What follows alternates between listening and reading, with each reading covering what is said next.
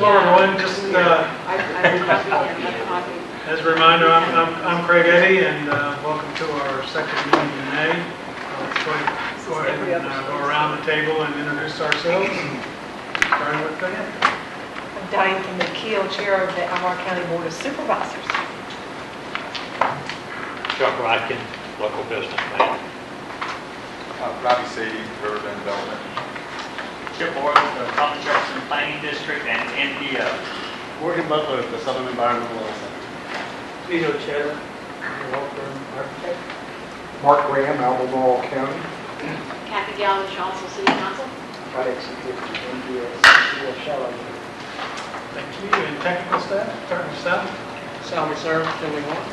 Carl Tewksbury. And Paul Friedel with Michael Baker. And just walking in. Chuck Rocker from VDOT Planning. I'm Joel Nunzio, VDOT Charlottesville Residency. Dave Covington, VDOT Charlottesville Residency. And Lou Hatter, VDOT Communications. excellent. Okay. Here's our summary of the interaction and feedback we've had since our last gathering. You see, we have about 14 live stream viewers. Here's some of the interaction and feedback. The first one states that the property along Emmett Street requested information about the project and would like to be added to the distribution list. I assume that's happened? Yes, Lee responded. Okay, all right. The second one, the writer stated that whatever we come up with must be centered on moving people from one side to the other. We want to talk about the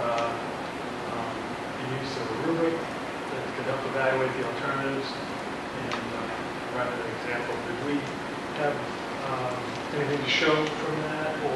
Yeah, this is a fairly recent comment, and it really centers around making sure that we include bike and ped movements with vehicular traffic movements, which is what we've consistently talked about. And he just provided a kind of a matrix that we can evaluate alternatives, including bike and ped movements. So, I'd like to see that, if possible. yeah, I think that's me. Oh, great. Okay. Good. Nothing from the website. Finalization of the vision statement. We had a lot of ideas at last meeting that seemed to have been incorporated. I didn't necessarily get approvals from everybody, but everyone seemed to be in consensus, and we have finalized that now, and we'll go over that back and forth.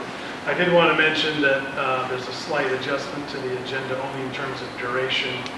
We think Sal's concepts are going to warrant more than 20 minutes of conversation, so we're going to elongate that, maybe even double that, but we want to give that plenty of exposure and discussion. I think that'll be the main focal point of this meeting.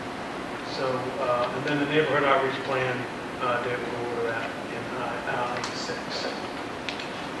So with that, this is our schedule. This is what we've completed to date. That's through April, and then here we are in more recent meetings and events through May the 15th. And we're shooting for, we'll have 2 more meetings at the end of the June meeting, the 23rd.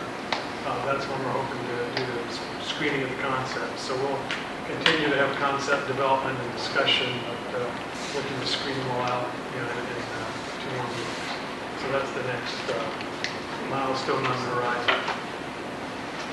And then you can see the rest of the schedule there. What day of the week is June 23rd? You know what? I think that's Friday. Actually, it should be 22nd. No, that's not the. That's not when we'll go over it. That's when the concept screening will begin following that meeting. Okay. So feedback after that meeting, they start the screening. Yeah, that's not That's a ours. charrette. Yeah, that's my bad. Yeah, that's the screen will take place after the end. Okay. All right. We'll take the input from that meeting and the screen. And there you see what we're shooting for towards the end. With regard to progress, work completed since our last meeting. Sal's been busy with land use concepts, and they've been talking about the transportation implications of that as well. We've also finalized the vision statement as was previously stated. And then we're on to number 5. Sal, one point before he gets cranked up. Last meeting, I may have misspoke. We talked about trying to work around existing land uses and working around it as opposed to a clean slate. And it was pointed out to me after the meeting that the group had already kind of decided that we were looking at a 40 to 50-year horizon, and we were kind of working off that blank slate. So we're not going to revisit that. We're going with a much longer-term vision, and we're not going to be working around existing land use as much as I thought we might. So I apologize for that. So I was given the proper context, and we'll make sure we won't revisit that. So with that blank canvas, Sal's got some more concepts to go over. Thank you.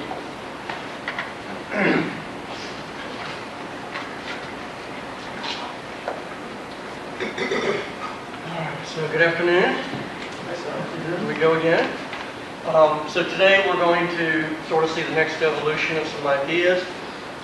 Again, all of this is still evolving in development, but taking from some of the comments that we got last time we were together, we put together several alternative concepts, a couple of details to give some scale to some things we talked about last time. Won't dwell on this, but just sort of a reminder that we're kind of looking toward an end picture, and once we put that picture up, we can back up and say, okay, figure out how do we get there? What's the path to get there once we settle on an outcome? And framework. So you're going to see a lot of framework plans this afternoon that focus on block structure and street networks and access and circulation. And then the land use is really sort of secondary to that. So once you look at framework, you sort of understand it. In some cases, there are certain areas in a framework plan that could go red, could go blue, could go yellow, and any of those may be an okay choice, depending on market conditions and changes. But the framework needs to hold together. We talked about the importance of flexibility, and we'll see that in some of these concepts. The ocean, and we're going to talk very specifically about the idea of signature places and gathering places and destinations as an organizing principle. And then again, the idea that create demand first, create a place that is a desirable place to be, that's a destination, and sometimes you do that first, and then you figure out how to build and develop from that. We've seen developments around the country get in trouble where they try and do the other way around. They just try and build it all first and say, boy, this is going to be great, and then nobody shows up, whether that's the residential doesn't work or the retail doesn't work or whatever it is. But, we get enamored with the physical form of projects sometimes. We build it, we take pictures. Designers, architects, planners get awards, and then you go away, and then why are all these vacant spaces here? So, as we go through each of these concepts, these are things we're familiar with. And again, we'll just come back and we'll reference these terms and these ideas a lot. The idea about block size, multimodal, residential. Again, we've talked about this. This is basically our guiding program. Good public realm. We'll talk about some traffic calming ideas. We're going to look at several grade separated options as relates to it. What's the impact on land use? And we're still focused on land use at this point in time. We'll talk about some external transportation comments we've had. We started talking with Paul and his group, but we're still focusing on land use. So if you see an intersection or a piece of road and go, well, how does that work? How many lanes? What's the left turn movement there? We're not there yet. Okay, so we're still focused on land use at this point. So to that point, we had a good conversation, initial conversation on our external transportation input. So we've been looking at transportation internally, as we normally would do as we develop land plans, and we said, okay, we brought Paul over and spent some time with him. And so this is very high level. Again, we said, okay, Paul, as we talk about land use, tell us, where the issues are, where the challenges, and where the opportunities from a transportation standpoint. So as we look at the plans today, just from a very high level, one of the things we're going to see is an idea that will be recurring is, we need to remove kind of those heaviest turning movements at 29 in hydraulic. However we do that, whether it's at grade or grade separated. But the importance of that is when you move those turning movements, and you push that traffic, the traffic has to go somewhere else, right? And it's going to wind up on the network in places that will start to inform land use, that start to have an impact on existing land uses, and existing residential areas perhaps. And so we got to move those cars to the network somewhere. And so that starts to influence how we look at the network itself, and then how we look at the land use around that network. And that'll become apparent when we look at some of these concepts. And that's really those points there. And then some traffic calming ideas, again, not in detail, but the idea that once we start moving cars through the network, then we need to think about, consider different ways of calming the traffic, particularly as they impact some of the lower intensity uses on the network. So, can I jump in real quick? Yes. The first bullet, moving the heaviest turning movements into the 2900 yard. This may be what's meant, but to me it seems like there may be, you just look at the volume of turning movements, and maybe a right turn or something that may be the heaviest. Maybe it's not necessarily the heaviest volumes, but it may be the most sort of disruptive. Right. That's a good point. Yes. Yeah. So that's a great point. Maybe that's a predetermination that's not really intended in terms of that comment. So that's a good point. There's going to be multiple ways of looking at different circulation patterns, ramp conditions, and those things. And so it may not be a default. Just pick the number with the highest volume and change that. That may not be the right way. Okay, so I'm going to start today by looking at 3 framework concepts focused right around the intersection 29 and Hydraulic. So we're going to look small first and talk about some opportunities there and how does it impact land use. And then we're going to broaden out and look at framework overall. So the first concepts you see are really focused right around the intersection and won't capture the whole study area. And again, the framework, the importance of the framework, you'll see block structure and circulation. And again, we don't even want to look at the colors on the map yet when we think of framework, because it's really that structure that's more important. And so the first one is basically relevant to the concept we talked about most last time, which is the idea that 29 going over and Hydraulic going under, the opportunity to create a lower level plaza and destination area that could interconnect all four quadrants. Going back to those earlier bullet points, the grade separation here then starts to impact how we think about other parts of the network, and probably most in this area on the south side in terms of this quadrant. So we're going to talk about and look about ways that we can rethink block structure, but the impact of doing grade separation there without ramps, because the ramps bring their own issues in terms of pedestrian and bicycle movement and the scale of the intersection. So just simply grade separating, moving traffic through, and then what happens is the rest of the network basically has to pick up those turning movements that you don't have because of the absence of ramps there. So the importance here is there are ways looking at the existing street network to develop a smaller block structure, and it's pretty logical. We can start to move vehicles through this network. From a lane use perspective, then we have to kind of, let's rethink about what that whole quadrant looks like from a lane use perspective. How does the additional traffic in this block structure change our thinking about what's there today and what should be there tomorrow? And it not necessarily that it changes from residential to something else. It could just be a different form, a different density, a different framework for residential. But there's certainly potential commercial sites in there as well. But the importance here is, with that type of solution, we now have to think about what it does to the network. And we'll talk about that as we look at the broader program. But you can start to see the suggestion of a much smaller block structure that interconnects based on some existing street network in the area. Last meeting, did you say? Don't leave that. Sorry. Okay. Did you say 600 feet? From a suburban redevelopment standpoint, kind of a 600-foot block, not a hard rule. In your urban areas, you tend to see more of a 300-foot block. But the studies that have evaluated suburban redevelopment sites from an economic viability standpoint suggest something around 600. So it's sort of what we're shooting for, but we're also working off an existing road street network. Yes, sir. With this scenario, maybe I missed it, but how do eastbound or westbound traffic on hydraulic access 29? So the idea here is, again, and remember, we're not solving transportation yet, but you have to start looking at the secondary network here to move north and, north and south and east and west around a network. Essentially, we're starting to look at the possibility of maybe there's a parallel system to 29 that's moving this way, and some other systems that start to develop to move east and west.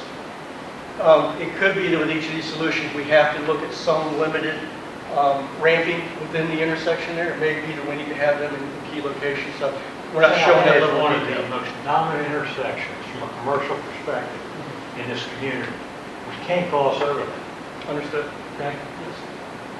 Yeah, so there's certain types of retail, again, that are there today with the configuration it is today. In this configuration, it may change types of retail, may change the orientation of the retail, but understand. I'm more concerned about people that are on hydraulic, and there are lots of them going eastbound and westbound on both the west and east side of 29 that can access 29. Understood. And so we would have to look at that again. As each of these scenarios comes up, the idea is, okay, to that question, how do we move people and get them where they need to go? And it may be that we have to look at some limited movements at the intersection. It may not be full, all four quadrants, but that we do have to address. Now, I see perhaps what you're doing there on the eastbound traffic. You use Hillsdale Extension. Exactly. Yes. Okay. So what happens is you start to develop a parallel network here. So if I want to go, it may be that I start to make this movement to come this way, or come in this direction. I'm now utilizing that corridor instead of making that movement right there. But again, we would have to back check all this from a traffic standpoint and say, okay, either this works or doesn't work. And it doesn't mean you throw the whole baby out with the bathwater. Maybe that, we do need a ramp or two in that intersection to make it functionally work. So we're not going to be silly. We've got to do something that works. We have to have access. And we know from a commercial standpoint, there's a certain amount of access and visibility that's critical to making commercial work. We also don't want to just default and say it's business as usual. For that typical commercial highway guy that wants to go in the corner there that needs all the access today, we don't want to just simply say we have to maintain that because that's the way we've always done it. One more point before we move on south.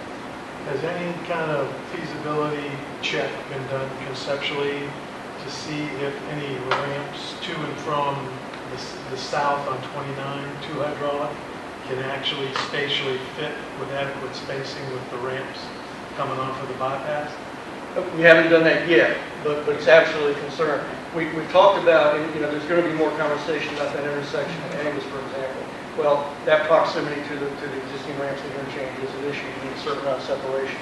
So I think everywhere that we look at ramping, we're going to have that conversation. The ramping in these quadrants, certainly will take up some real estate if we do ramping there. But we haven't gone to that level of detail yet. And sort of to the commercial point too, we know, we've probably talked about before that, in the old days that hard corner is, the real estate guys went and put their money on that and said, I'll be there all day long. And now with the way we look at traffic and access, well, when you're in a high traffic area and you sit in the corner there from a real estate perspective, you may not get access until you're down here or down here. You don't get it close to the intersection anymore. And so the way retailers and commercial people look at it now is they're sometimes, instead of being oriented here, they're oriented internally. Sometimes they'd rather be up the block a little further because they can get closer to their access points. So kind of all those things have changed over time in terms of the way we look at where's the best place to be, and particularly how we treat our intersections. If I can just add to that, because you've diverted traffic on 29 to parallel roads, Hillsdale and Cedar Hill, Hillsdale and Cedar Hill now have become more valuable streets. Yes. They have far more volume and far more capacity to become the walkable, activated streets. Much more so than... I'm not as much concerned about that as I am, for instance, eastbound traffic on hydraulic that wants to get on 29. Oh, I understand that, but I'm just saying that there is justification even from a retail commercial standpoint to do what is just done. And to that point, that's sort of why we just shaded that area to say, now this area, we have to look at differently if we take this route, take this approach. So let's go through, that was the same sketch you saw last time for this kind of the lower level plaza. And then we just did a section just to give you a sense of scale. So this is actually the street section 29 of the travel lanes. Maybe we can get some daylighting in there. The plaza could extend, from here to here. This would actually be the Kmart side. This would be the Stonefield side. But just to give you a sense of scale, that there are areas where you would be under the road, but other areas where you would certainly not be undercover. And again, if you went this route, this would become a very large destination place. You could have retail that actually fronted at this level and on the upper level as well. So in this concept too, again, we're just focused on the intersection. The idea that now let's look at a plaza that goes to the upper level, which is something we talked about last time. And what does that feel like? This was that Virginia Beach concept that does that, where the road goes under, and now it's pedestrian. You have some auto crossing, but it's a real destination place. So that's the opportunity here, where 29 goes under, hydraulic stays up, and now you have a plaza at that level that you can move through. It would essentially be at the elevation that Stonefield is today. Kmart site on the east side is a little lower, so you'd have to do some transitioning there. But this could be a place that you move through, and again, the intersection area becomes your destination. You could start to put buildings up close to it. We could, from a development standpoint, you have a lot of different things because it's all in one elevation. So we basically just turned it upside down, took the plaza from the lower level and pushed it to the upper level. And there's no roadway network changes associated with this. This is strictly the intersection. Correct. And the same concept. Everything else is constant. Correct. So if we don't have any ramping in here, which again we can look at and we'll look at, but if you push it to the network, then again you're looking at the development of this parallel system. And so that starts to feel like that. You have the plaza on the upper level, 29 goes under. This is essentially on this side, the west side, the elevation that Stonefield is today. That's essentially the elevation that the Kmart site is today. So you can have some form of transitioning down there from the upper level to the lower. That's kind of what that would feel like from a scale standpoint. These buildings are not that close today. We're suggesting that you can start to bring buildings into the plaza and really start to create that kind of environment. So now we look at, broaden out a little bit, look at framework from the study area perspective. And I want to do this real quick because just to give you an idea, if you stare at the screen, this is sort of the existing framework today, and it's just highlighted some of the road network. And you see all the gaps. There's really no block structure in there. Even in the residential area, there's a lot of cul-de-sacs. Some of that has to do with topography and features. But you can see it's just, that's kind of feels that way, fairly open and not connected. What we're going to look at is block structure that starts to look more like that. And as we go through, just so you kind of get the sense of scale. And again, most of these blocks over here we're working on for these streets are even smaller than that 600-foot network. But that's okay. It's just sort of based on what is there today and kind of how the streets lay out and where the desired lines are.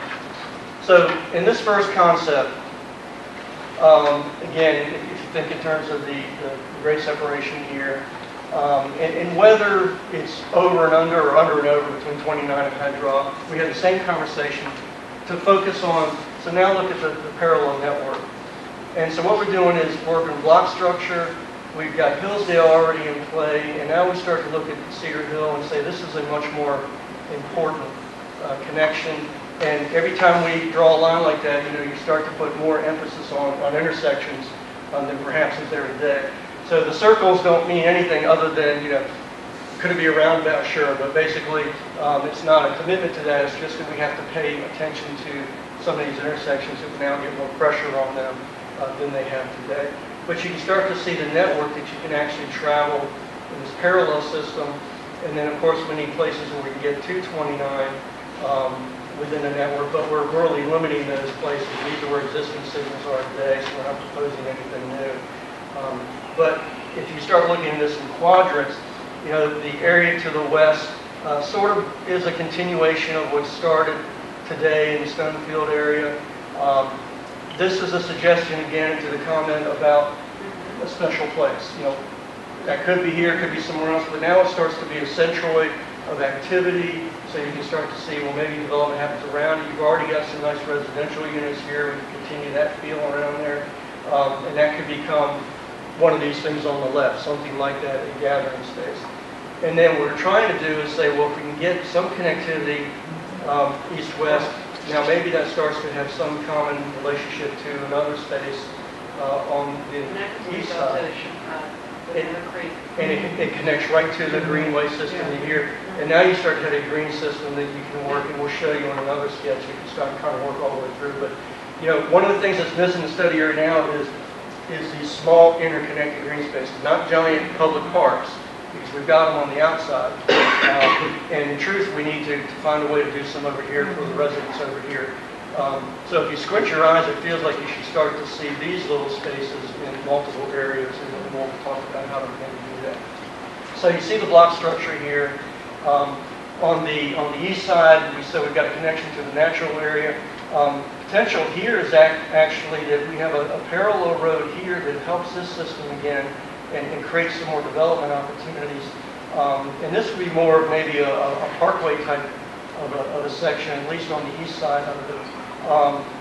And there's a lot of studies that talk about what we do with our public spaces and our parks, and that they shouldn't be fronting private land, they should be fronting public lands, they should be fronting public streets. And there's tremendous benefits to doing that. In some of the great cities, we always see a park that actually is adjacent to a public street. And sometimes that's the most expensive real estate, valuable real estate as well, where you're on a street fronting, looking across the street to a public park. So that would be, you know, an opportunity to do that there and create that network and start to create again the block structure. Otherwise, you know, the interconnectivity in this direction is challenging, and you can't complete the block structure. So that was the thought process there. So again, we're talking framework. So you know, I'm not too worried right now in this second what that land use is, but it's about how this flows and the circulation works. So if you squint your eyes, the block structure starts to feel pretty uniform. We got the parallel network. And looking for an opportunity here to take North Berkshire and go this way, and maybe connect it up to Georgetown. And there's some land in there that looks like it might be open to that.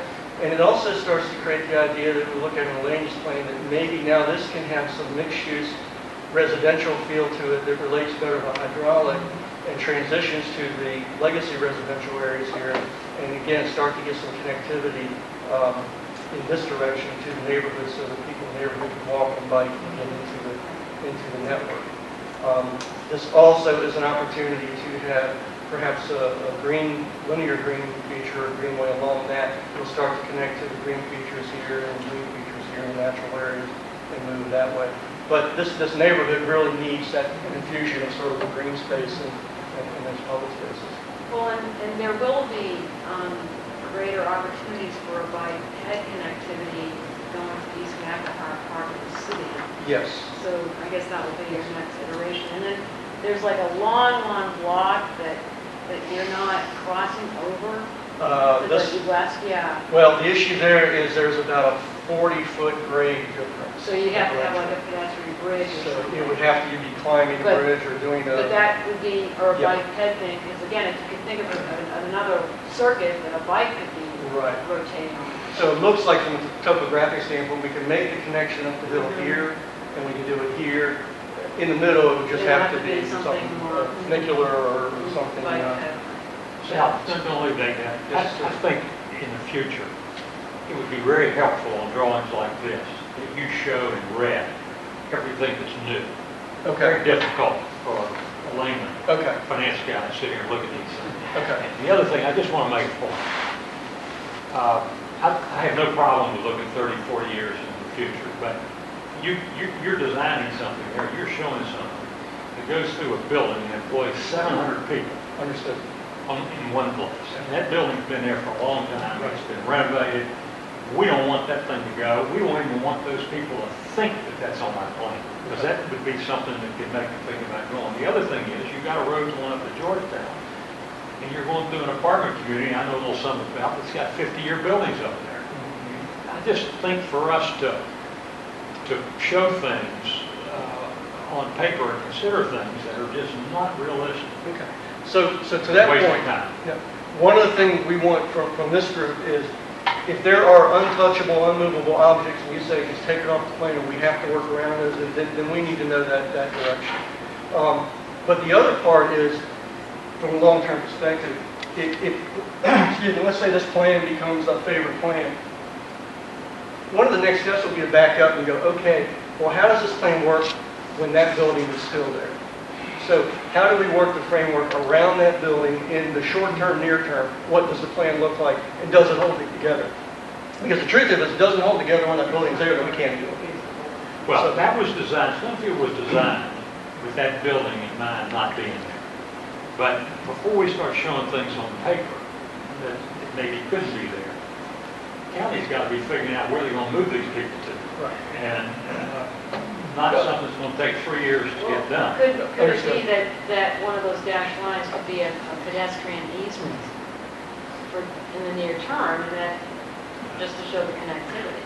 So Well- that you're not getting rid of the building, but you're also saying that there could be a pathway that gets through. Well, clearly, Seminole Court is anticipated long-term to be a major cross-section that would go through that building and tie into the road network that is Stonefield. And obviously, that would be terrific, but it would not be terrific at the cost of 700 jobs. It would be terrific if we could find a place to move those 700 jobs.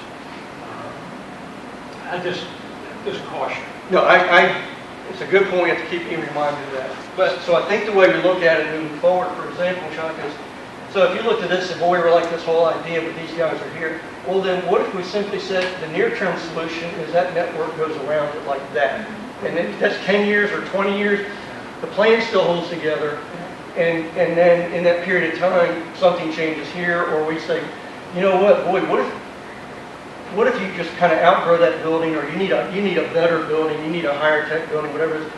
We want to keep you here. What if you moved over here and you had a smaller footprint, a different footprint, but we want to keep you in the area.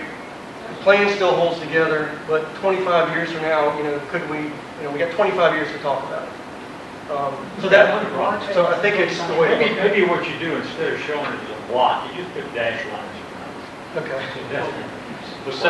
But I think it is important, the way we put it out there for public consumption is absolutely important at the end of the day. Don't just throw a plan and say, everything under here goes away. So just for us to always back up and remember what we're doing and why we're here, the end result of this is a plan that can be adopted by the city and county to guide future development, not to force redevelopment, because the simple fact of the matter is that most of this land the city and county don't know. But when it comes up for redevelopment, how do we shape it so that, how do we work with the developer to shape it so that it fits within this vision? And I guess that's the way that I look at it. Well, and then I have a question. Are we going to, in some cases, let the interim solution drive what we do ultimately? Or we go ultimate first and then work down to the interim stuff? I thought we were going to go ultimate and work our way back. It sounds like now, when you mentioned untouchables. Right. So I think ideally it's that end vision, how do we get there? But we know in the short term, this thing has to work too. One of the things I mentioned last time is that idea that in the short term on a plan like this, there are certain things and opportunities that are going to come up, people want to be here, and you can't just chase everyone away and say, no, it doesn't look like that. There's a short-term window when you may need to have certain types of tenants and certain conditions.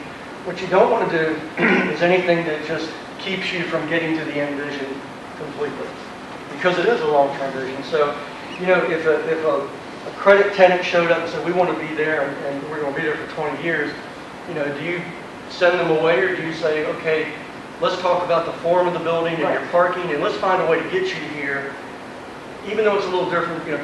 What you do at the end of the day is not going to look exactly like this. What you don't want to do is make the big mistake where someone comes in and says, we'd like to put a chicken rendering plant right in the middle there, we're ready to pay you cash. And you go, come on in. And then you throw your plan away. Exactly. So that's sort of you know, it's difficult, but that's the idea. You know, in another world, Mark, what I if you interrupted you. Do you have the other point? Yeah, I think Chuck's making a good point. I'd like us to consider turning the perspective on that slightly in that we have a desired employer in this area. They're in a 50-year-old facility. Before they consider moving because somebody else, somewhere else is offering them a more desirable facility, let's use this opportunity to try to make sure we're positioning so that we can provide them an attractive alternative in the future. Yeah. Right. In a new I think that's context. critically important in that particular building. And that building is probably 4 times the size it needs to be. Maybe, I don't know. Well, I can tell you what, gyroscopes used to be as big as this room, now they fit on this table. Exactly. Yeah. Yeah. But I don't know what that company's long-term vision is for itself and how we can fit into that I long-term think vision. proactivity on the part of the government dealing with the local Yeah. people, managers, that would be invaluable. I agree, and I think in the world of small area planning, it's not uncommon to have a conversation with someone like that and say, we want you here, but we're trying to actually create something Yeah. better for you long-term. That's right. Bingo. That's what. What do you think Yes. about? And are there other buildings like that? We do not want to know what. We need to be meeting with the And owners. we don't want to become unattractive, your facility to become an unattractive option for you Right. with your long-term plans. Right. What do we need to do? Just, you mentioned this future discussion about things that are untouchable, but can you give an example of 1 or 2 things? Because in my view and where we're headed, there's very few things that really are. Right. Because quite honestly, we don't know if this building's going to be there in 10 years or 20 years by their own choice. Exactly. Yeah, so I mean, yeah, I think there's very few things like that. You know, if there was a historic building sitting in the middle there, we might say, okay, hands off, you gotta work around it. I don't know, 20 years ago, the post office may be untouchable, but I don't know, I haven't sent a letter or anything here, so, you know, I'm not sure. But, you know, that's a big facility, so is it going anywhere next week? You know, probably not. But a lot of times on a plan like this, you know, you might look at that location and go, boy, that's exactly where our park should go. Well, you're not going to knock on their door tomorrow and say, hey, we'd like to put a park there. But the determination is the park critical to the success of the project today, or could it wait 20 years? You know, and if it's critical today and we don't want them to go anywhere, then maybe the park should be here or there and not there. That's the value proposition on the small area planning that we're really trying to get to. Are there any notions of using alley networks in Carl? At this level, no, but I think that's part of that next level discussion That of could what be is a the way to do character. an interim connectivity, Right. when you can't do the full street. Yeah, absolutely. So within that concept, then, the land use plan starts to look like this, Very and nice. you're going to see different changes that I'll point out. One of the things, if you squint your eyes, is I'm starting to suggest encroaching more residential and mixed-use residential, and actually reducing the size of the commercial color on the maps. These are huge areas, and again, we don't have market studies that we're working with, but Chuck has talked about this a lot. I mean, if you just took the square footage acre of all that land and said a commercial at 10,000 square foot an acre, there's not demand for that in this area. It's never going to happen. So you could spread that commercial out everywhere, and again, you'd be looking at a lot of vacant space. So I'm not doing this from the market analysis perspective, but just from a perspective of the input we've had and what we've heard, thinking that, there's no reason to say that the residential today is where the residential stays. If the residential could move in and start to create a vibrant community based on how it now starts to engage the core area. And remember, if this is all mixed-use commercial per se, there could be and should be residential in here as well. Yes. But the mixed-use residential, the term I use is, it's predominantly residential. We can have some commercial associated. But the reality is commercial is not going to survive on these streets and up these roads, not in any big way. Again, you might get some small office, you might get ground floor cafe, coffee shop somewhere, and all that's good. But so what I'm suggesting is, what does this look like if you start to take that commercial into here?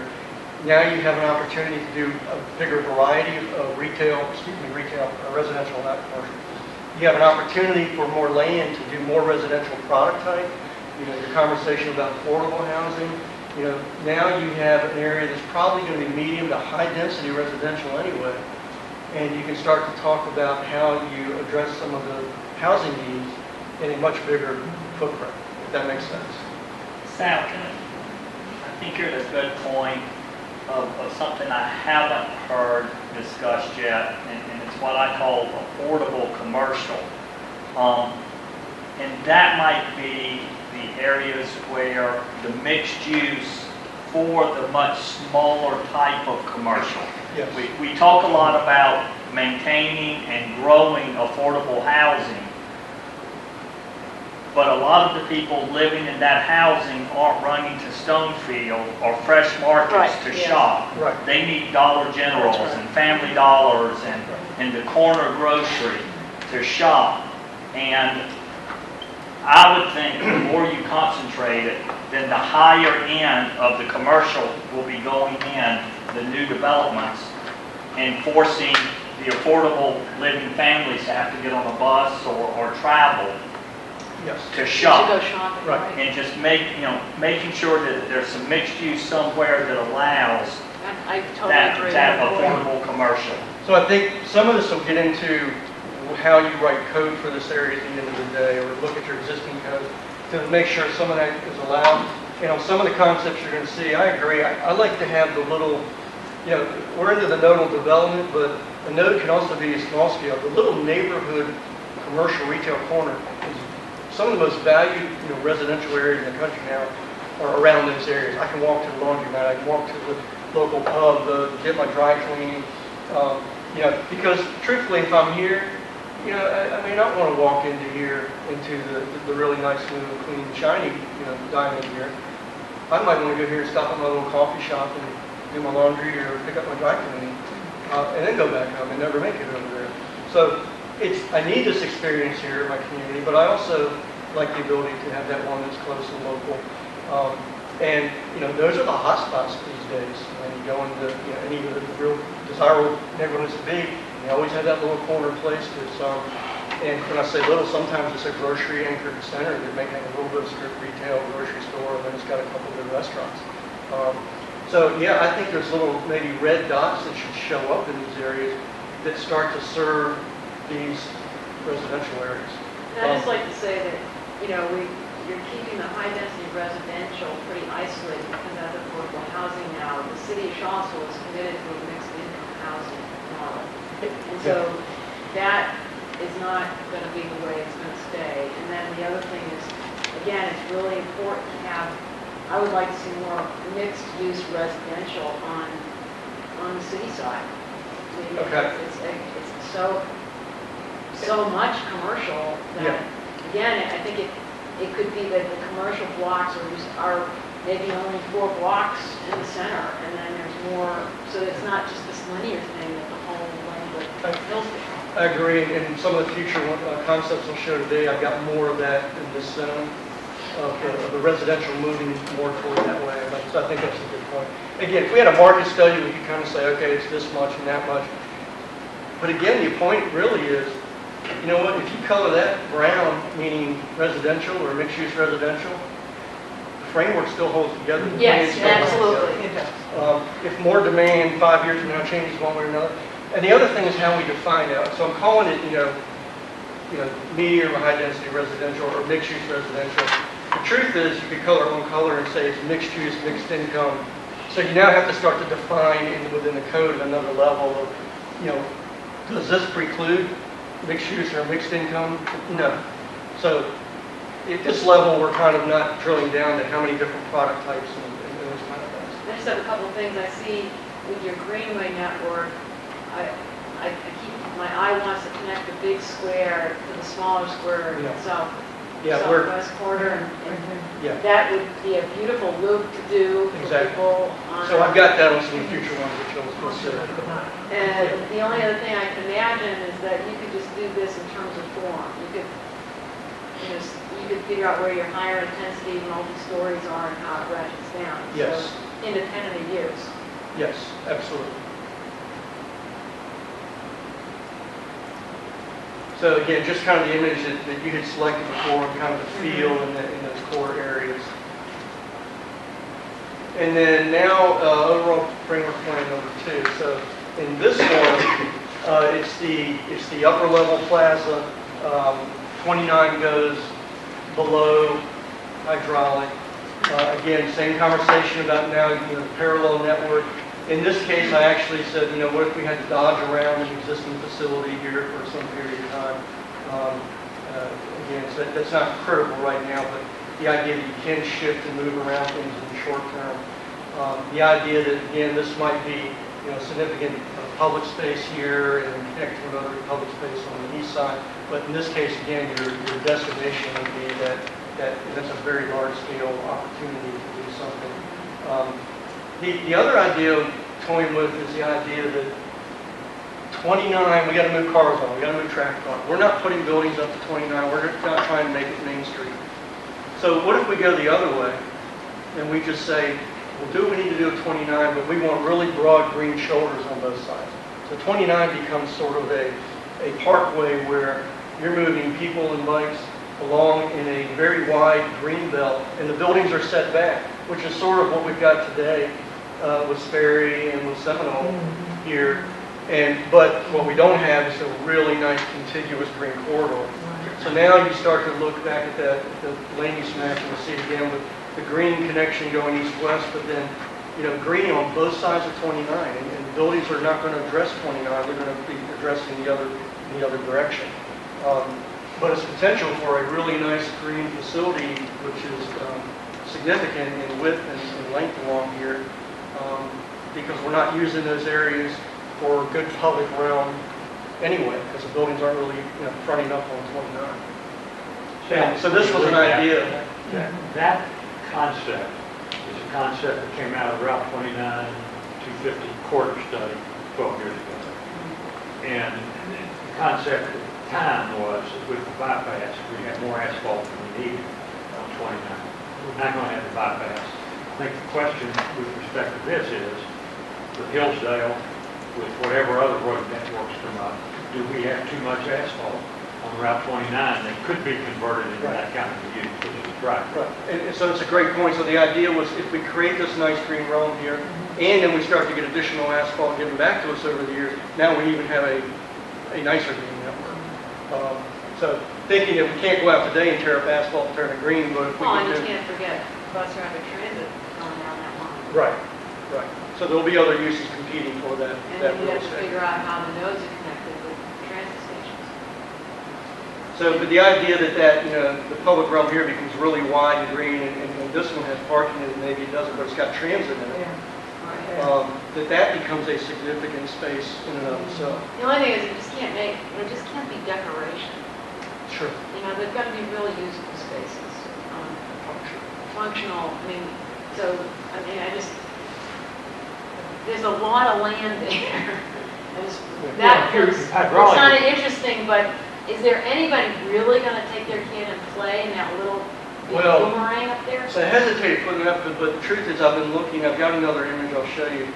I couldn't find a great image of a street like that. So I found them in a suburban condition where you had like a research park where you had Route 29 going through it, you had big broad green areas, but none that connected them back to development the way I wanted. So we'll keep looking for that image. Sal, in that photo that was on the left of the prior slide, has anything changed with the intersection at that point? Have you eliminated any turn movements? Oh, on this slide? I know that looked like the one where it's plaza, where 29 goes under. I thought you were saying a whole different concept would be this sort of green boulevard. Oh, no, it wouldn't affect the conversations about the interchange. It would just affect what the condition and character was along the 29. That's a way to... Sorry. And so then with that concept and approach, then again, the land use plan, a lot of it's very similar, but now you start to see the green network being developed more, and there are good opportunities to do that. There's a lot of green up in this quadrant. If we get green along here, and now you start to have this loop where you can start to go everywhere. And not too difficult to achieve. Some of it's along the road, some of it's in corridors that are effectively green today. But there are real opportunities to do that. And then again, you start to get the green public space here. And I say green, maybe it's more urban in character, but public space here, public space on the west side, and then start to define a place for small public spaces in the residential areas. And in this one, I started expanding the residential on the east side character all the way up to Hillsdale. Now, does that mean you go ask, here's Whole Foods sitting down there? Again, it's long-term, is that a good approach or direction as the world turns, as the redevelopment occurs? Does it make sense then to kind of bring it in this direction? And now you have sort of a nice, strong public realm along Hillsdale before you get to the commercial uses. You guys thought about any opportunity to connect the residential development? Over here? Yeah. Yeah, and we need to show that graphically, but it's obviously it's the same issue with the vertical, but, Just like you've done with the arrows on the other side. yeah. So I'll graphically add that to all. I'm not sure what it looks like, but significant grade change. Well, this one, that one, the plaza solves the public's concern about how to cross 29. Oh, yes, yes. And Absolutely. so that, I'm still not sure about I've seen a lot of redundancy in the green areas. Was the earlier one that I liked the looping and the moments that were special. And this one looks like if everything's a greenway, then where's the significant gathering space? So again, the conversation will be, if you do the big thing here, that's a huge area. That's a huge area. That's like your moment. That's your big. But these are not small either. I mean, that could be a 1 or 2 acre, I'm element saying there. that's just it. There's so many of them. Whereas that is, you've got the grand gesture with the plaza, but now there's gestures all over the place, and I'm losing the hierarchy. Well, in this one, it's, that's number 1. These are number 2 without question. But they could each have their, this could have its own, character. Again, it could be residential comes up around. It's just a little pocket The other park. thought that given that 29 is what it is, it could be that's the corridor along which we line our structured parking. So that becomes almost, we think about that as like the castle wall that's now on the edges of the smaller villages on either side of 29. I just find it, since we're getting rid of all that surface parking, we're going to have to get more structured parking. Where does that go? And then how can that be used as a device to organize space? You see that in Province, Rhode Island, if you go down 95, like your parking lots on the edges, and then you kind of enter in the city, it's like, oh, wow. Yeah, it's pretty interesting. I want to go back to this again, on this 29, and I understand what you're saying, and that's a good point. But we've got 12 lanes of highway on 29, and under this scenario, particularly if 29 goes under, we're going to pick up a lot of land. Which I'm saying that maybe it's for building, not just for green space. I mean, can we do both? Yeah, sure. And I can see us picking up 50 And I definitely see great bike paddle on Okay. but not just fields and fields of it. So if you go back to his plaza area, you think it would be better to have buildings up there and To enclose it, to give it a sense of enclosure so that it has a definition because, even Central Park, you get a sense of enclosure because the skyscrapers are so big. But when you don't have that enclosure, it feels cluttered and chaotic. It doesn't feel like a place. I agree with you. So the idea here was that you would have that, you would create that enclosure around this green space. And most of the development along here would actually be oriented more internal. So you can create the same kind of spaces and streets that you want, but it would be oriented away from 29. So all I'm saying is to get that sense of enclosure even on 29, if today what you've got is you've got bermed areas with vegetation and then parking lots. Well, those parking lots become structured parking with good, side treatments, whatever you want to do, but it's that sense of arrival is I think, to that plaza is accentuated when there is that sense of closure. But that's a detail, and I'm really torn between which I like the best. And there's elements of both that I like. Well, let me confuse you further. So this, so what would happen if we then say, okay, now the center of the universe starts lining up here, and Oh, interesting. and now you cross with what I'm calling a park bridge. So there's plenty of examples of these wide bridges. So you can see this 29 over. This happens to be the 5th Street in Atlanta, near Georgia Tech. And not the most creative, but you get green space, you get usable space, you move cars across, and it's way up above, like 27 lanes of traffic. So the opportunity to do something like that with 29 feet down, now you have pedestrians. It could be pedestrian only, but it makes sense for pedestrian cars in this area to, again, help the network out. And then it could be a real kind of green zone with the buildings right up to it, sort of like that building there. And now obviously you've turned the focus of your significant spaces wherever they occur, here and here. And again, here we have the opportunity to create through the big natural green areas. And we would do the same green network throughout the system. But it says instead of doing it here, and let's deal with traffic as we have to at hydraulic in 29, but probably an at-grade solution because we may not have the dollars to do this twice. But again, it's not precluding doing any grade separating, but let's focus on getting people and cars across here and making this the center of the activity. Now, we just took Chuck's 700 jobs and moved them. I'd like to move them like right there. If they can stay right there, 25 years from now, if they're ready to move next door and build a really new facility. So that's, again, so there's just another idea. I think, what does that do? I think the other land use conversations are very similar. The network is very similar. But it does change the idea of, okay, now our destination is starting to line up in a little bit different area. And then that would look like if you're looking east, if you're standing in the middle of Seminole, looking east, 29 is going under, you've got this sort of park environment, you start to bring buildings up to it, and it has that kind of scale. And then there's a lot of different ways of doing this. That's obvious, that's the high line there, and then that's a local example here. So you can get really creative at putting dollars on it, but you can start to create some significant green space. You could see there may be a point in the weekend where you close that off and you do an event there. Right, yeah. So that greenway, though, would still have a street going through it? It could. But it doesn't have to. It doesn't have to. Doesn't have to. The topography doesn't work very well in that one. Well, we've looked at it from a grading standpoint. We can make it work, but it's challenging, depending on where it is. So you're right. So that crossing may need to change based on where the high point is at 29.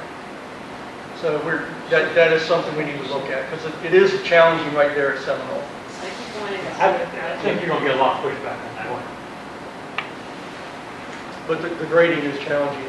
But we've looked at, did a couple of quick studies, just sliding it up and down the road to see if there's a better place for that to happen.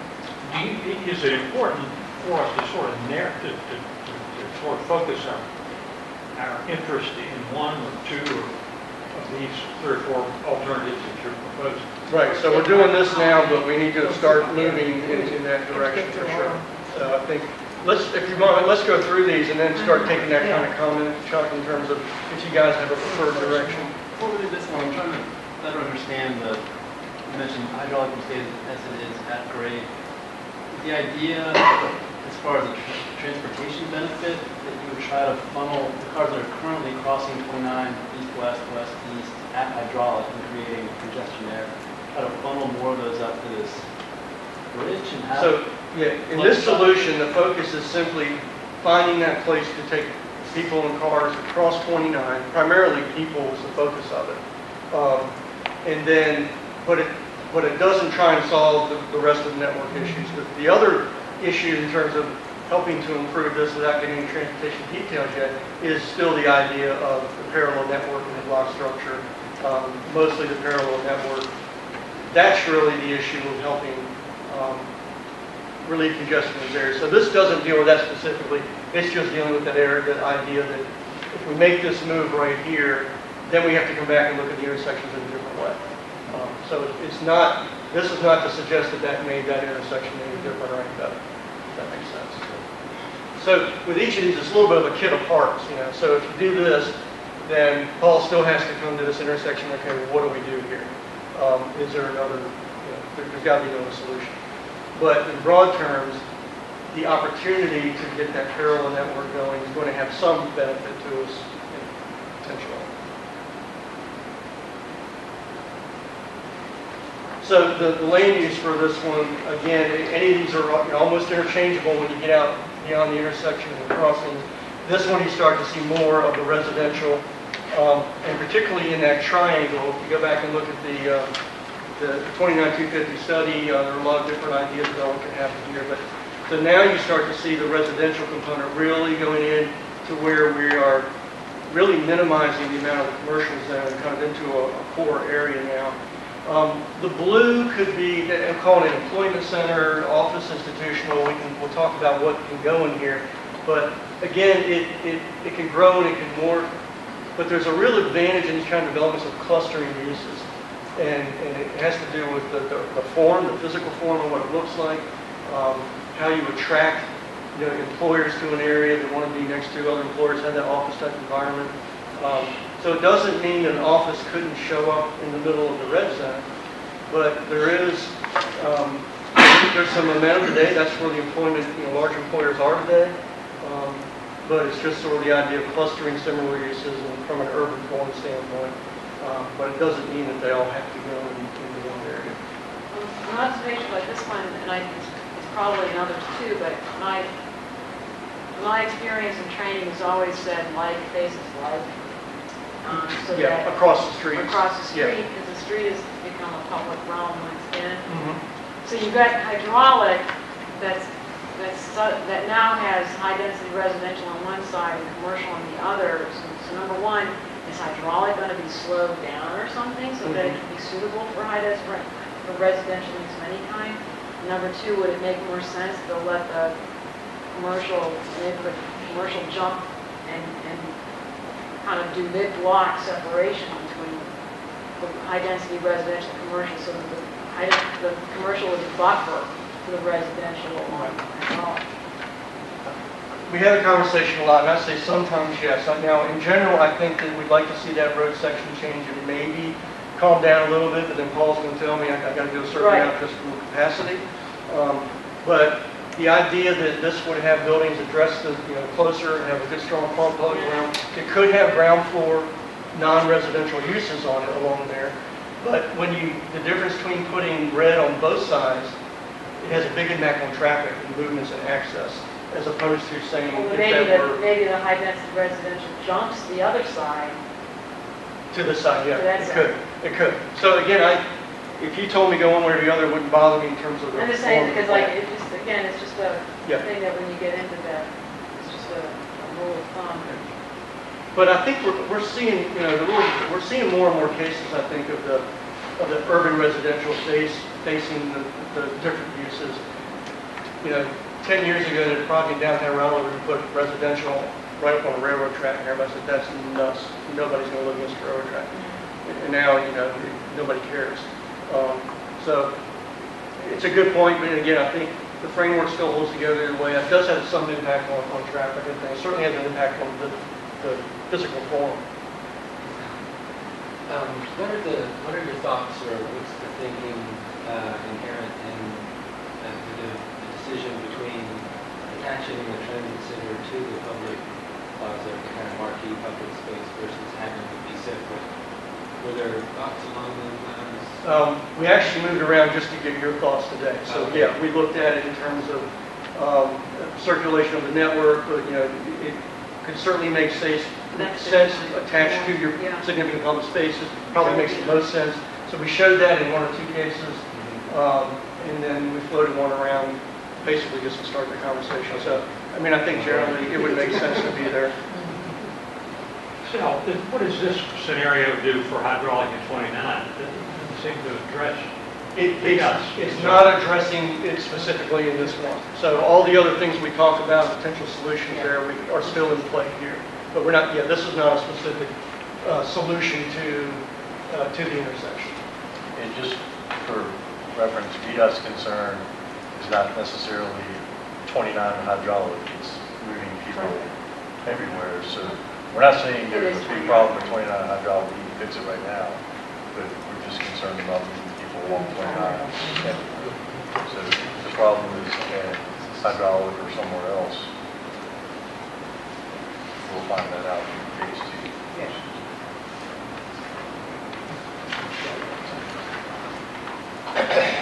So this slide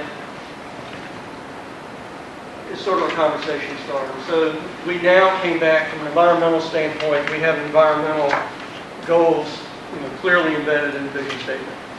And you can't talk about that without talking about stormwater. And in truth, I'm still amazed in the office. I've had people just look at mapping and pull information up because I'm driving around, I don't see stormwater. I don't see a lot of it. Not for the size of the area and the amount of development in the area. Not a lot of stormwater controls. And there's a couple of things happening there. And certainly we're moving today toward one conversation. We have a drainage feature here that has a stream and has floodplain associated with it. And in one sense, it makes more sense if you're located in a lower watershed to just let your water go in a rain event. Let it go, get it out of the system. You don't hold it back and let the other water come down on you and create a bigger problem. So that makes sense. But you still have to do some things in terms of addressing water quality when you let water go. So what we did is I simply took the topographic map and said, where does water really want to be? Where's it going? And you have these networks that are flowing through here. And these are sort of low spots or spots that are contained by streets or development. But there really is not a whole lot of stormwater area, not a lot of water, period, in an area this big. So if you go back to some of our core planning principles and said, well, if you do a small area planning, you organize it around your special place or your gathering space, your community space. So what if you start to think of that in terms of it's water and it's serving a dual purpose? So now Chuck would fall out of the seat if I said, let's go out here and build a lake today on some really good real estate. The real estate people would run me out of the room. But again, long term, if we need to address from an environmental standpoint, we need to implement some controls, quality and quantity. Does it make sense to back up and someone had a conversation here and said, let's build a water feature and let's make it our special gathering space and then bring development around it. And you start there. If you want to go there, then you have to have a conversation about where does that occur. There's some logical places. I wanted to put this up there because we haven't really done that yet. We haven't said, okay, water always works. San Antonio, and we need to do it from an environmental standpoint. We just can't keep developing and redeveloping without doing anything about stormwater. And even if the regs don't, require you to, from a cultural standpoint, is the right thing to do, and from a vision statement standpoint. I just wanted to get some feedback on that because we could start to look at some plans and say, well, again, it's one of those things where you go out and dig that hole today and fill it with water, maybe not, but do you want to provide for it to happen at some point? Sal, isn't the concept that you're going to detain water in a storm? So we had a big storm last couple of days. You fill that pond up, but isn't the engineering that you eventually want the water to drop down?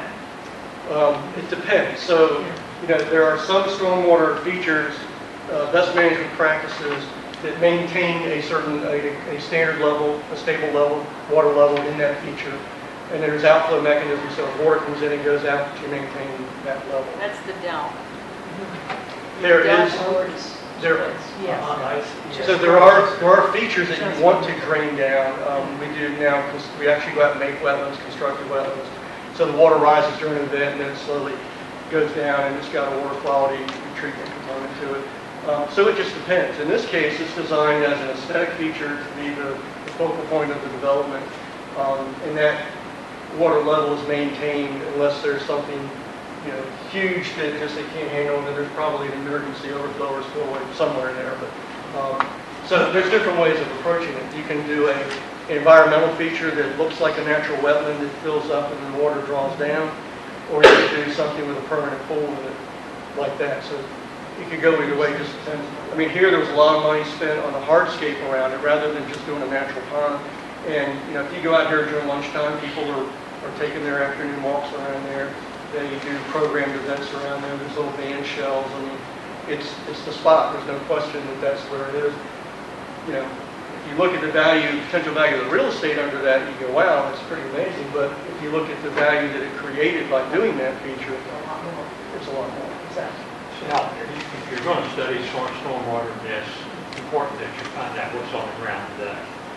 And if you look at the two ponds that you have circled in the Stonefield area, there's probably $10 million worth of pipes underneath those. Right. So they're not going anywhere. Right. I don't believe. If you look on the other side of the road behind Seminole Square, the one that's down in the south, the city has worked with Kroger and has developed a redesign of that pond to handle all of the stormwater that comes all the way up to Georgetown Road that comes down through here. So I just think you need to be aware of that. And on the upper one, there is come down. One more. No, north, cross 29, right there. If you go on the other side of Hillsdale, there is a stormwater retention facility in there now that certainly could be upgraded. Yeah. So, and we're aware of that, and we know there's some underground. I mean, moving forward, if the commitments to the underground is very expensive, if from an environmental standpoint you can go that direction in development, there are some real benefits to daylighting that water and doing things above ground just from a culture, from a practice standpoint. So it's a discussion to have. So we know there was some of that going on because Now, the point is, we've got the features there. Yeah. You ought to be sure that you understand it as you go through your design and all. Right, but the issue then becomes, you take an existing BMP, which is a standard BMP that no one notices, and do you develop it into something? Take it into anything. Right. And we'll create something. Then you got to be ensured that the Corps of Engineers and DEQ don't let you do it. Sure. Well, this is a strong organizing principle for all the development that UVA is doing. Right. So it's Daylight. Daylighting, yeah. particularly the dual functioning. I think it's a good idea. I just think it's important that you look at what's there. We have to make sure it's technically sound. It's just expensive, that's all. Right.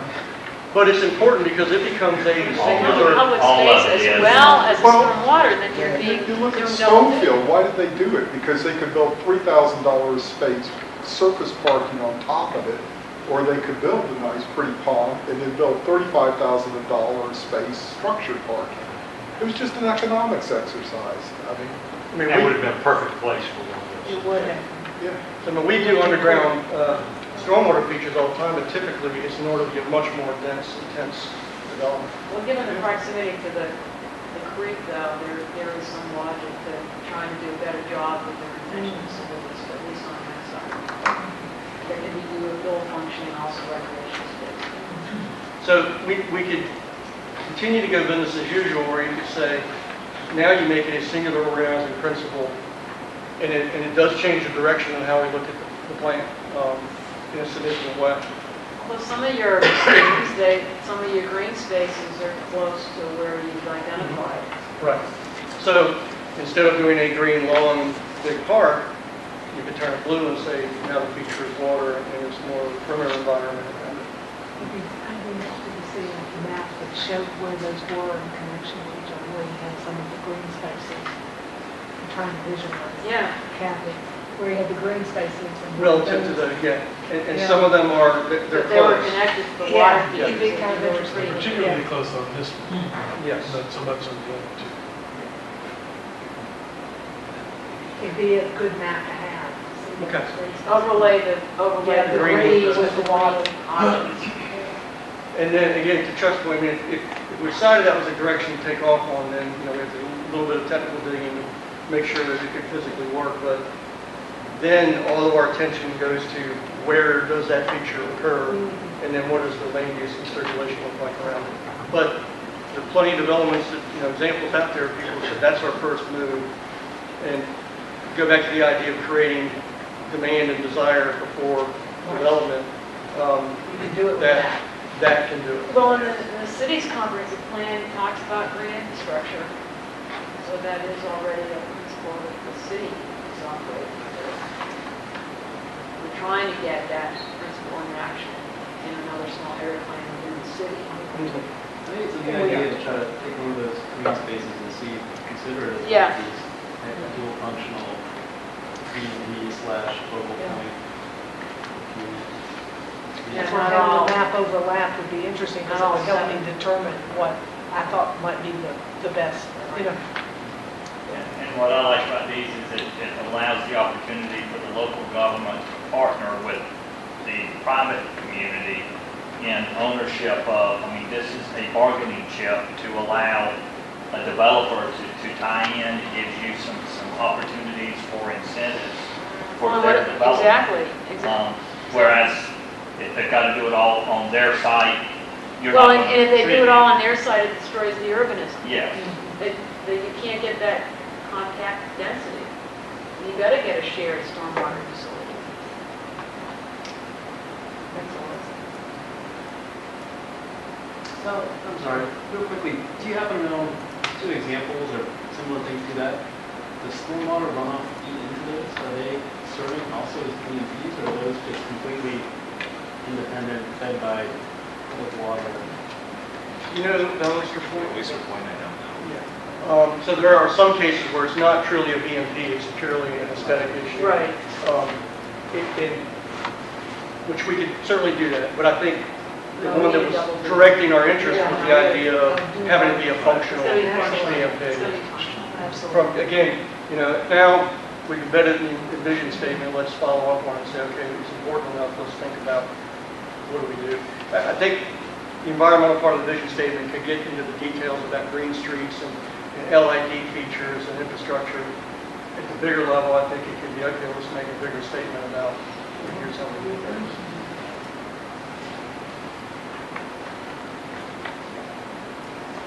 So we can look into that and see. I'm not sure. I mean, could very well be it's not a BMP at all. It's just simply. But you would be able to anticipate or just estimate what the runoff needs would be for these small area plans, so that we would then know what the capacity for stormwater management that we need. Yeah, and it's back to Chuck's point, we'd have to kind of find out what's on the ground, what's being planned, if there's a more regional facility here. It's a big area. I mean, normally when we're doing land planning, we take 10 to 15% of land area, so that's for stormwater. It's a big chunk of dirt. And in some jurisdictions, we have to go. But I do know that Dell, and maybe Kurt, you know more, but the Dell itself is managing the stormwater for a long stretch of time. And it makes sense to do it on a regional basis and not have every developer have to go in Exactly. and do something.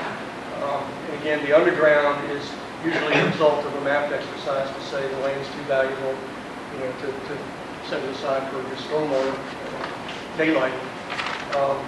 But from a practice But if all the developers standpoint, realize that by buying into that one facility, they don't have to spend that money on their own.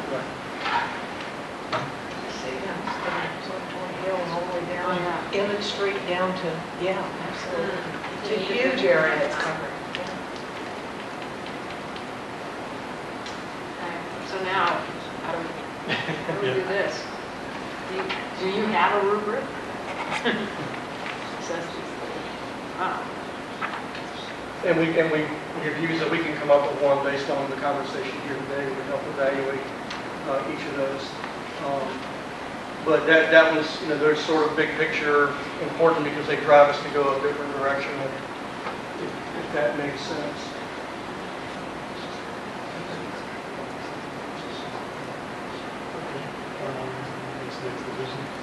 So in terms of what we have, we can go backwards, but that's the vision statement that has been updated with the environmental statement and statement about crossing, safe crossing of all the roadways.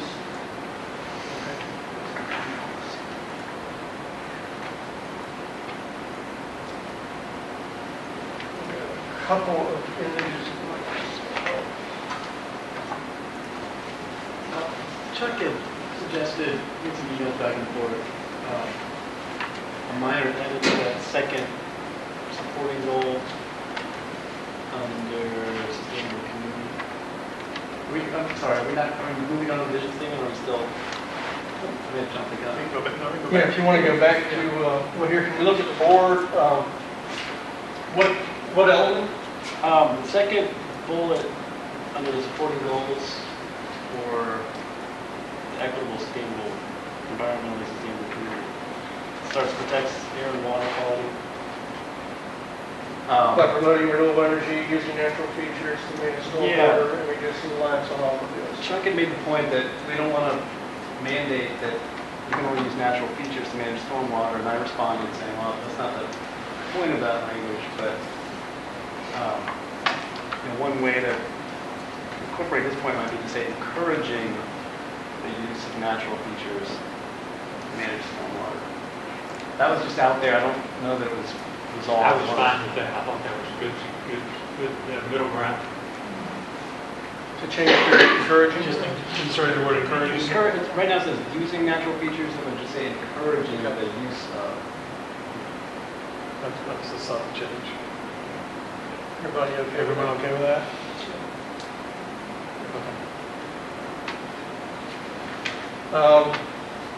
This is back in an earlier conversation, maybe hydraulic, when Kathy starts to feel like this. If there's, you get some ground floor retail, again, you're not going to have it all along that road, it won't survive, but if you get it, a little coffee, cafe on the corner. Oh, that would work, yeah. And then, again, still searching, but on 29, if, we start to get some broad shoulders, and I'd like it to be broader than that, but then it becomes a walkable, bikeable environment. The buildings are set back further. Where would that be along 29? That's that green strip Yeah, it would be, on option 3. be north of No, hydraulic. in option 2.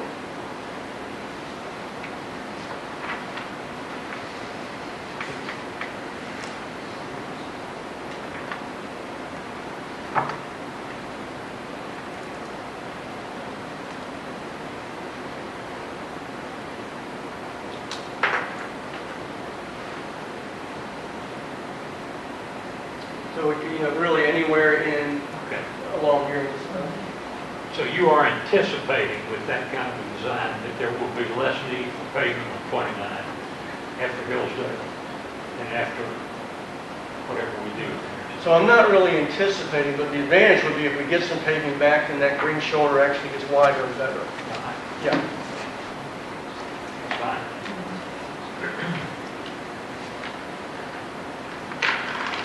Any thoughts?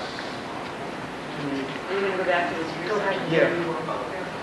And I've got, we can toggle back and forth between the land use plans as well. You want to go back to the sections? The images, You have the 3D or the perspective images that you have. You Are there have more? Or is that? No, those were just the two Oh, that I was looking at okay. based on the road comments that we had. I think those are the two I wanted to highlight. The others were just, if you feel like you want to go back and revisit these. Is it fair to say that in the three framework plans, there are details related to the public spaces and the land uses that are nuances of each of the three frameworks? It does. The three major differences between what we've been shown today are 29 going over the intersection and a public plaza under it is kind of number one.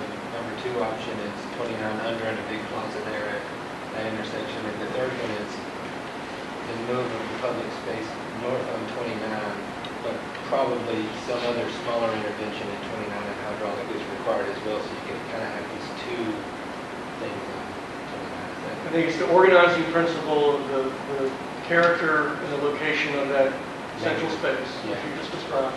And then it's the idea that, I think these quadrants sort of get reconsidered as we look at the impact on traffic, assuming that you did a great separation there with no ramping at the intersection.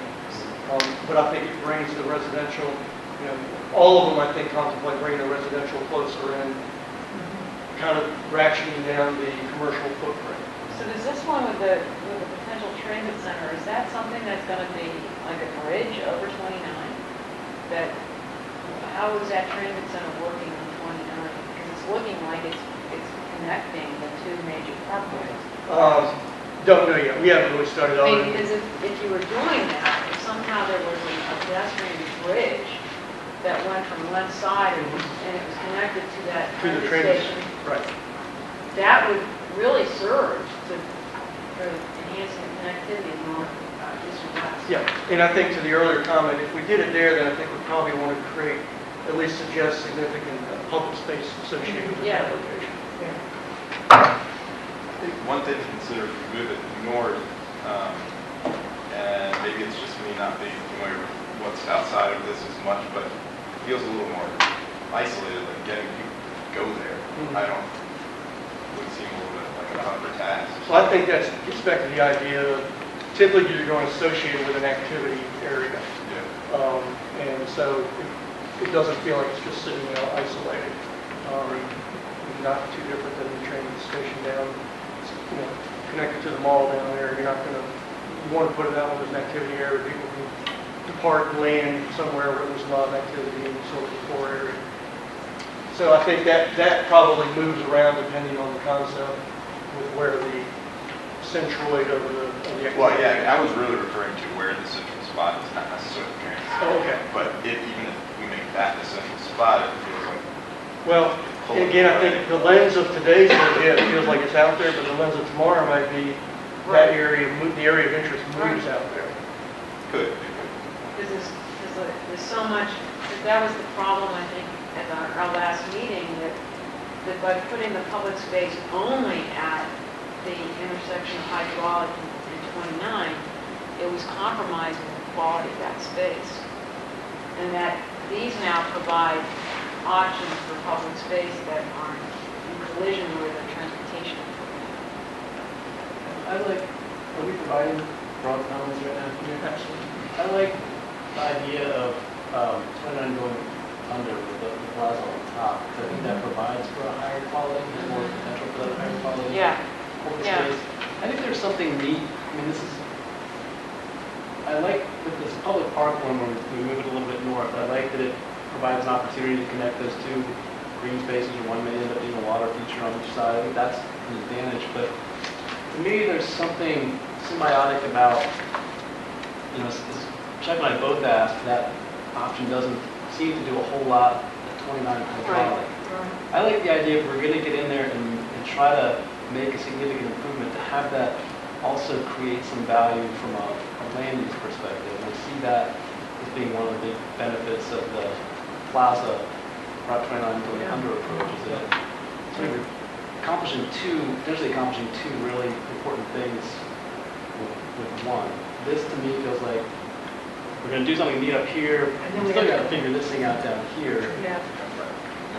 I agree. And the truth is, this will have to grow to a certain length from a topographic standpoint just to make it work down to get under. But in doing that, you know, potential is, so now you've picked up plaza space associated with Stonefield here, just kind of expanded their footprint. At least they can be fronting on something special as opposed to the real estate we're looking at here now. I just want to caution us about the scale of that space. It's very big. Yeah. And in order to make that work as a public urban plaza, those buildings have to be pretty substantial on the edge. And if they're not, it's going to look like a big parking lot. Sure, absolutely. Because there's no road going through it. Forbidden, yeah. And for that to start looking really good, it's going to take a long time. Didn't you That's suggest what- earlier that you could put buildings in some of that area? I mean, if you set it up so that there's going to be a good firm edge of urban fabric all around that, you'll get that sense of enclosure. Without it, I'm not going to often agree with Morgan, and I'm not ready to say I'm in favor of grade separation, but I think he's right. oh, it's much better to put the plaza above, I think, Yeah, than below. I think that's a better I alternative. totally agree with that. I'm just saying that to make that really feel good, you're going to need substantial urban form around it. Absolutely. Gonna have to think about that. We've got about 15 more minutes we can spend on this, and then we got to get to the rest of the agenda. I will ask you a question, Sal. Your goal coming into this today, you've got three frameworks with the concepts that have been outlined that we would differentiate features. Was your goal today to kind of get us to focus on one of those so you can refine the concepts for just one of the frameworks? Or what exactly were you trying to accomplish with today's discussion? Everything what we needed. Yeah, no, this is good. So I think ideally, yeah, if we could take one and run with it, that'd be great. But I If you're not at that point today, I've got a comment about the first option though. I think if we come out of here today with okay, let's take these two a little further, and there are certain elements that you like better than one than the other.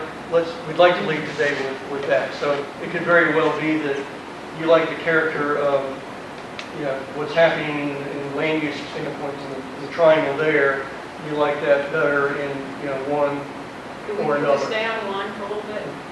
But I think in terms of what we leave with today, it would be, if everybody here is really oriented towards one solution, and it's the above plaza solution at 29 Hydraulic, then we'll dig deeper on that. If you're not sure between the two, then let's get that. So on one, if we take away that notion of a public space under that grade separated interchange, and you've got the public spaces we want further north, I think this works. I think the problem is when you try to make a nice public space on it. And this solves that intersection pretty nicely. It keeps a really firm, intact grid network. And it lets you then really create feasible, nicely enclosed public spaces that are connected to each other across 29 and that connect Meadow Creek. So I just wanted to say that I think maybe we're getting hung up on this option because we're trying to make still that intersection do double duty of being a public space. But if it's not, it's just go through. Hydraulic goes under, and so it's hydraulic's under, and it's the other way around. It goes over. Can't you incorporate these public Hydraulic spaces? goes under, and then 29 over. Okay, so to the group, if you agree and say, well, that public space is better here, don't try and do it here, then how would you compare that to this, where we have the same public space and the bridge crossing? It just seems like that one doesn't solve the hydraulic. Can I address that real quick? I want to, because when Morgan said that, taking the at-grade intersection off the table because you make the assumption immediately that you put your public space up here and you don't solve the intersection problems. I think you need to look at what these three alternatives are suggesting. They all have the same network system. So even with the at-grade intersection, you can be still solving that intersection problem by removing what Sal said initially. You're still removing certain turning movements, which makes it operate much more efficiently. Right. So I wouldn't take it off the table because you're not doing any intersection. One doesn't You're creating preclude a the network other. still. So you just can't use it for dual function, but you still are improving that intersection at grade by removing maybe left turn movements out of it, maintaining the right turn. So option 3 could work. Thanks for clarifying. Option 3 could work. Yeah. I think the only detriment to option 3 is that how easy does it make one in crossing hydraulic to be able to circulate it to all four quadrants? So I can imagine in option 2, there's at least the possibility of all four quadrants being able to come into that kind of common plaza, and I can go to any one. That's true. In this scenario, I've got to get across hydraulic 2 places to go from north to south. So does it make sense to me to keep all three in play, but then get a transportation perspective on the three before we take the step about maybe eliminating one or more? Actually, that I might. feel like if this were the plan, no one is going to understand why that's the case. I mean, it's up to us to explain, it's up to the plan to explain, but I don't think so. When we look at that, so you're not fixing those intersections we thought we were discussing. So, just looking. right. So I want to separate fixing in a transportation sense from fixing in a urban form and land use. But there are other problems, like we're saying, crossing hydraulic, crossing 29, that's centered on that intersection. Am I wrong? So the big picture, I think you need to get kind of your arms wrapped around would be, where is that identity area? And regardless of where it is, we know we still have to make certain traffic functions work. Now, the way we make it work, if you just leave it as an at grade, then that's going to be different than if we make it work with some type of grade separated solution. But if the big picture feeling is the centroid of development and activity and the place for destination should be here rather than here, then that's really the first move. The second move is then, okay, we have to fix transportation or deal with transportation regardless. It's just, is it a solution that is a transportation and an urban form solution, or is it simply a transportation solution? Does that make sense? You know, let me ask Paul a question. If we kind of put the land use on hold till we get the transportation answer before we refine, is it possible to give us our answer at hydraulic and 29, not necessarily the whole network, but is it possible to get our answers on hydraulic and 29 between now and the next meeting so that we have that, and then at the next meeting we can decide one or more are now off the table? Can you do that in 2 weeks? It would have to be a high-level answer. Yeah. Because it all depends on the densities that are there. You can double or half the densities, and it changes my answer. Sure. So it could be high-level, which we can do. We can talk it. Well, in that regard, I would say that then if you're going to test option 2 to make that big plaza work, you're going to need some significant density in that. I would, just from an urban form standpoint. Could we do this, Paul, which complicates your analysis, but could you go like 3 different land use scenarios, high, medium, and low, or something? Boy. And, That'd be wonderful, but that's a or lot maybe of two, work. maybe It's two, a lot of work. 2 or 3 different land use intensities to try it, and then give us a framework from which we can go from? I can think of something that I can present that would be helpful. We've moved the ball. Now, whether or not it's a full-on analysis. Yeah, but just the Yeah, relative. no, I understand it can't be a Photographs, full-on, Yeah. but just order of magnitude. Order of magnitude. This can be mitigated, this can't be, kind of thing. Yeah. Just to help us narrow I it can down. think of something. Does that make sense to everybody? Yes, Kind it of does. To pause the land Yeah. use thing and give the transportation. Well, and meanwhile, probably working on some other alternatives, I would imagine, but maybe not advancing these 3, right? I don't- No, yeah, maybe no more refinement, but maybe some other framework development. Yeah. So, for example, I mean, if the room at large here said the lower level plaza, just not something we're interested in. Now, it may still be a split grade separated opportunity to handle transportation, but we're not interested in lower level plaza. Then that would help us start to narrow what we think about. I'm kind of with Captain. But you're not with, I'm okay. having a hard time. I'm having a hard time visualizing, maybe I'm not creative enough, I'm having a hard time visualizing how that could be a really neat, attractive urban space. I see that maybe some utility to that transportation approach there, but just looking up and having that massive highway over that, then I just have a hard time. Well, maybe that's something we can focus on between now and the next meeting while Paul does the transportation to help us understand that framework and that concept. So one is just a transportation solution at that intersection, not an urban design solution. So it kind of is less detailing for sound. But we are all interested in this option 2 as an urban design solution. Right.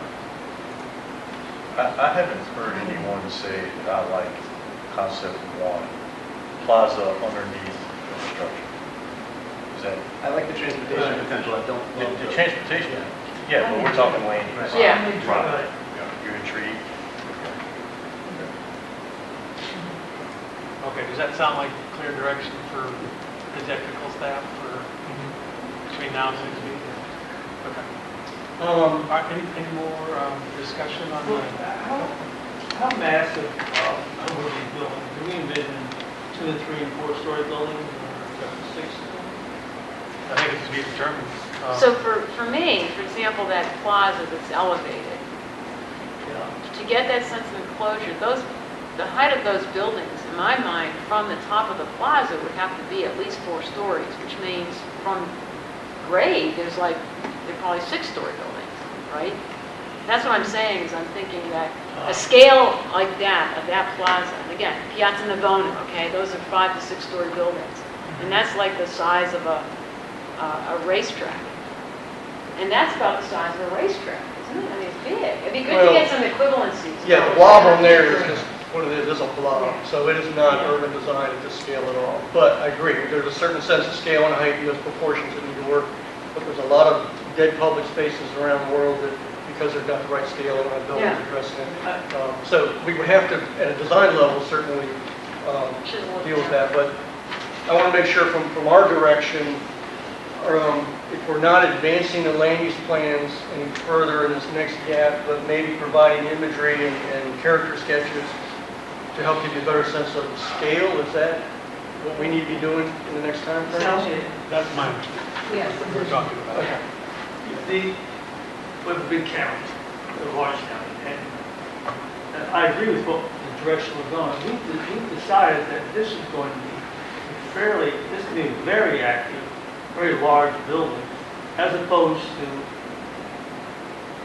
some other place in the county. We've never talked about that, but I guess we're all assuming that this is going to be could be the most active part of our county. It's not Rio Road, it's not further north, it's this area. And I do think from a lady's perspective, as you give us direction, the height issue is important because it also is going to feed into how we talk to Paul about density and intensity of development that he factors into his transportation. I'd like to throw out one other compare and contrast between option 2 and option 3, which is basically option 2 to me seems like a category of the super building. Basically, it's a plaza and a combination plaza, parking garage, and multiple building to create enclosure and roadway project all in one. And it almost has to jump off basically under one funding mechanism. I mean, it would be a colossal project. Yeah. Option 3 at least has the potential to be more incremental. There are a lot of parts of option 3 that can actually happen without the big crossing at the north. So you almost, on this one, have to figure out, how do you phase it in unless you have all your building tenants show up day one and everything can And be in place aren't day we one. crossing city-county property? I was going to say that, and I have to get at a little bit about the fact that what we're talking about here is almost all city. Really?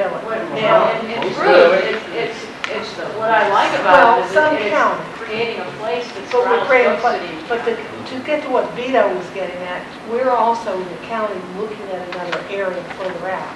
I just have to throw that in because we are. A good part of that plaza is the county. Yeah, it is. The plaza It's would in be both. county. It is both. Yeah. But Vito threw me a little bit when he was talking about how Yeah. the county this was City going to and be. county. So it's But- city and county, that's true. But we're also looking at another place further out. But again, I still, Close I mean, making for us. option 1, if it is just a road solution, you can get some really great public spaces, again, incrementally, west and east at the northern end of the spectrum, which ties together two public spaces in the county and the city. So, Well, it's really, yeah. From a The phasing, connections are good, yeah. which it's great. I've been thinking about and trying to think ahead rather than the realistic side of it, is it's really also dependent upon the first phases that have to occur or the secondary structure. Because you can't get the money for the intersection without all of those other connections already in place. So those, it seems like to The me, money to move they the have to traffic. occur Yeah. first before changes at hydraulic and 29 that start to eliminate ramps, right, yeah. which concerns me Yeah, In which a case, lot. number 1 seems most feasible. Yeah, talk about moving traffic, yes. because that's basically what the money's going to, So from an incremental standpoint and a phasing standpoint in terms of secondary road infrastructure that you need to not, I mean, because 3 is dependent on that secondary road structure being in place And it has to before be you can first. change land use. Right. It has to be first. Right. That's an excellent. That's a And right I'm- good And I'm going to point. have to stop our discussion there on the framework. We could go a lot longer, but excellent point. Sal, great job, very thought-provoking. Very good. This is Really much good better job. than other times. Yeah. Kathy, it's building. Well, no, we got the grids in there. Yeah, That's great. yeah. Anyway, great work, Sal. Greg, are you going to sum up for us what we've all? Yeah, I've got some notes here, and you can help me at the end when we talk about next meeting, make sure I've got my notes right. So, yeah, I will sum up. But I wanted to try to get to this. The neighborhood outreach plan update, David, you Yeah, want to do this? actually, back up one.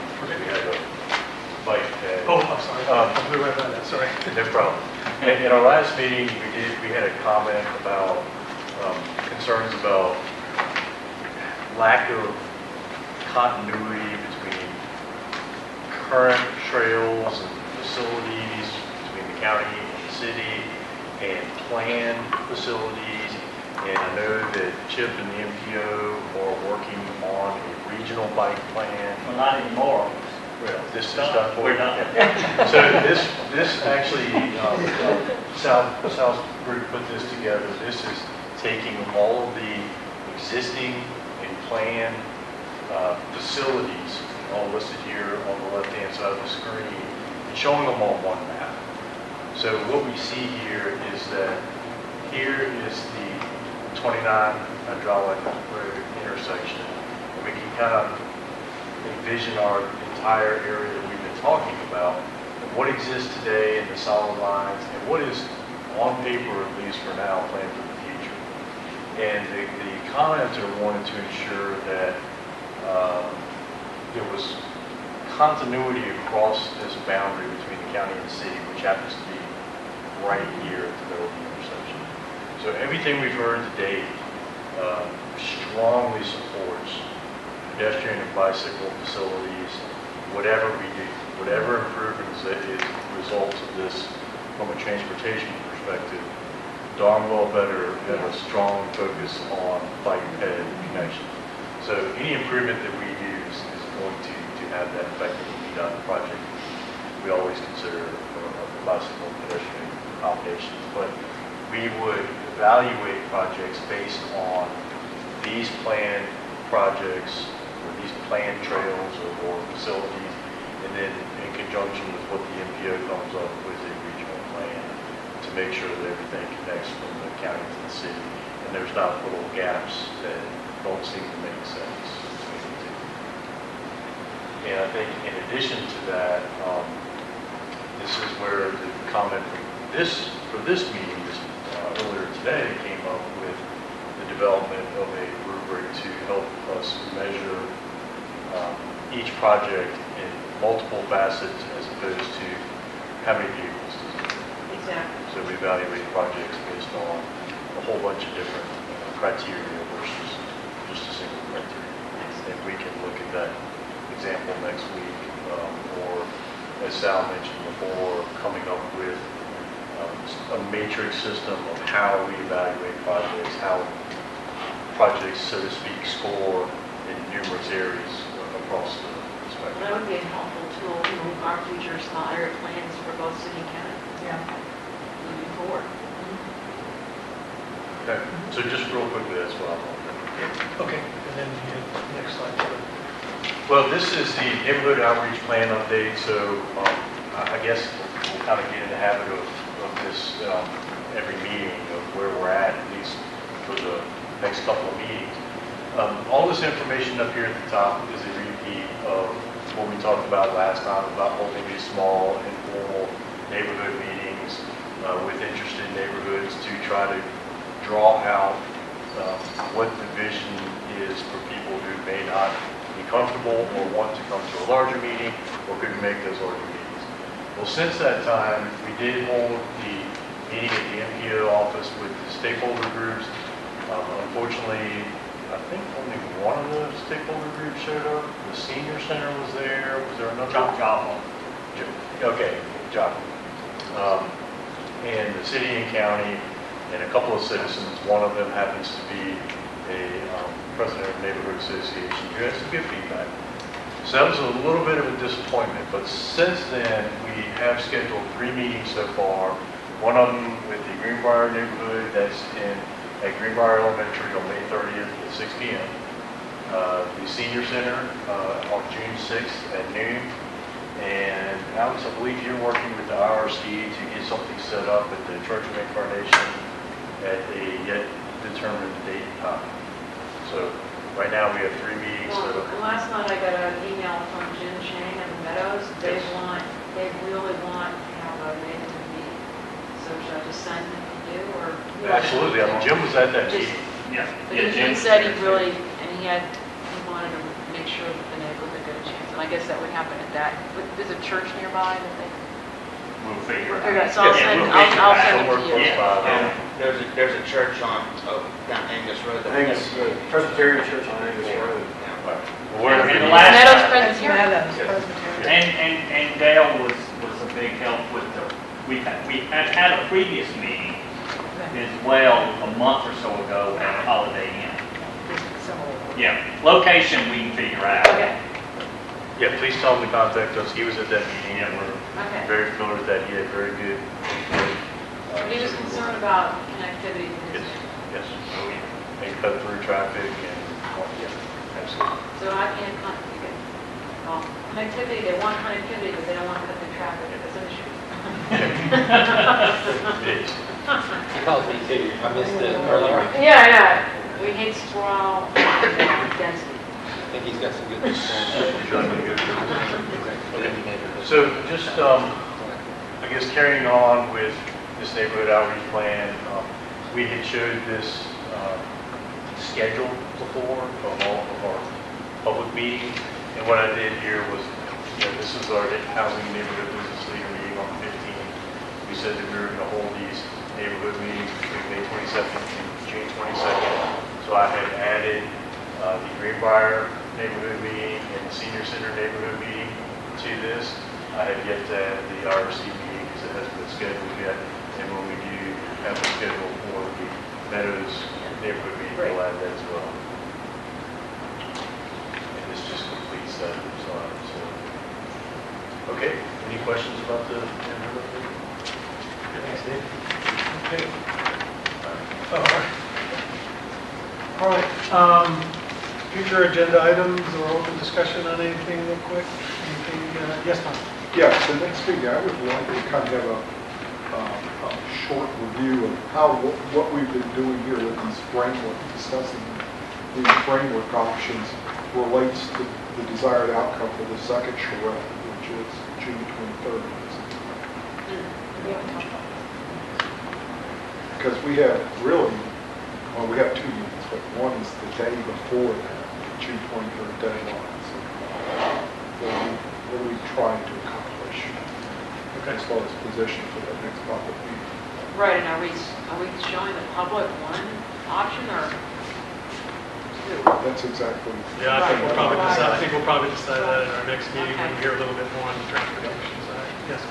Along those lines, I think I got a call from Mr. Chen as well, and he had concern about some of the images that were shown that we, in this room, I think we all knew were initial images that were first created to just start the conversation to get feedback. But if there could be a little description to go along with the images are posted on the website so people understand what kind of context they are. There's got to be an education piece to it. And is there What any this way really to show means. transition, like show small scale buildings there today but over time? Well, I think he didn't know, and they look like they look more real and more final than they are. But they were the first things that we ever talked You put about. a wall in that. Yes, so I just. Right. Okay. Well, because They I just think- told me they'd added that note to the original. Yeah, They did it to it's us for expensive. planning. Yes. My simulations, the place is nice. Any other future agenda items? Simple little illustrations. Yeah. No? Okay. I know we're just a couple minutes away. Here's what I have for action items for between now and the next meeting. First was a minor tweak to our vision statement under community. The second supporting goal, we were going to put in encouraging the use of and take out the word used. So that's pretty straightforward. Then we talked about kind of pausing the land use refinement. And while Paul does a high-level traffic analysis for maybe 2 to 3 different land use intensities, just so we get an idea of what we're dealing with at just the one intersection, not the whole network. That's too much work to do in 2 weeks. Just to be clear, the transportation wouldn't look at just that intersection, it would also look down at 29, 250, Hydraulic 250. I was thinking about doing 2 or 3 intersections around there. Okay. Good, those are the key ones. Yeah. Because whatever we do there is going to influence. You're right, you're right. the others. Push it out, we need to know. Well, that's also going to push out into 29-250 bypass, which is a bigger issue. Okay, well, Paul, you can do that.